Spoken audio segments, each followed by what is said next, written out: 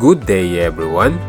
Ngayon nga, sa video ito, ay pupuntahan naman natin ang Chiling Beach dito sa Taiwan.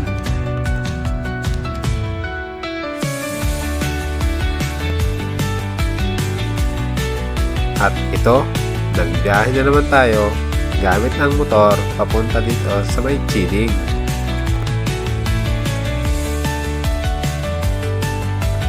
At pagdating namin, ito medyo kalmado ang dagat.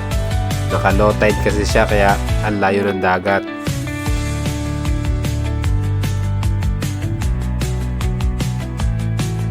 Tapos ito, ang dami rin pumupunta rito, nagpapalipas ng oras.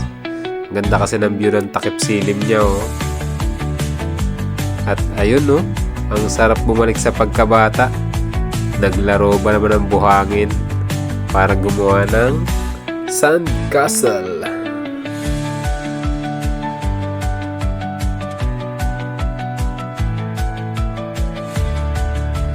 At yan oh, nilagyan ko ng Ivan. Ang sarap din palang maglakad sa tabi ng dagat oh. Lalo na't magtatakip silim na gantong oras.